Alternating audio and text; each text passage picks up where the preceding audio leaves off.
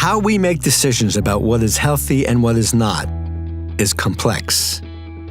Science provides evidence from carefully designed and carried out experiments based upon the scientific method.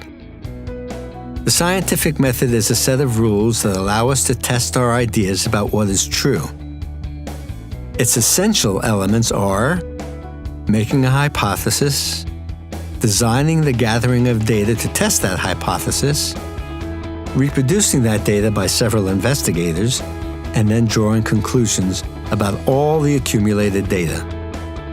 But it's not so easy. Our decisions are also influenced by our families, friends, the community, doctors, buses, pharmacists, TV, movies, the internet, and our beliefs. There is so much information that our brains filter information, only letting in some and rejecting the rest. Our beliefs allow what gets into our brains. If the fact does not fit the belief, it's like having a do not disturb sign on our brain. In the case of vaccination, how do you make a decision as to whether to vaccinate or not? First, you should consider the source. A team of scientists working all their lives on vaccines is much more reliable than that of a few individuals with their own experience. It is also important to differentiate between coincidence and causation. Coincidence usually involves one or two observations, while establishing a causal relationship between vaccination and an adverse event involves comparing large groups who have and have not received vaccines.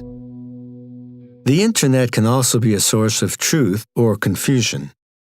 Internet sources based upon science, for example the CDC and the American Academy of Pediatrics, are far more reliable than websites that are not supported by such scientific knowledge and background. Is the information being offered based just upon a story or an anecdote, or is it based upon a large body of scientific data? Let's use an example to determine what is truthful and what is not. You really like pizza. Your friend heard from a friend who read something on a website that pizza is full of poison. Do you believe your friend right away and stop eating pizza forever? Or do you ask your parents or look for a government department in charge of food safety? How will you make your decision to eat pizza again? Whose information will you accept in making that decision? The very same is true of accepting knowledge about vaccines.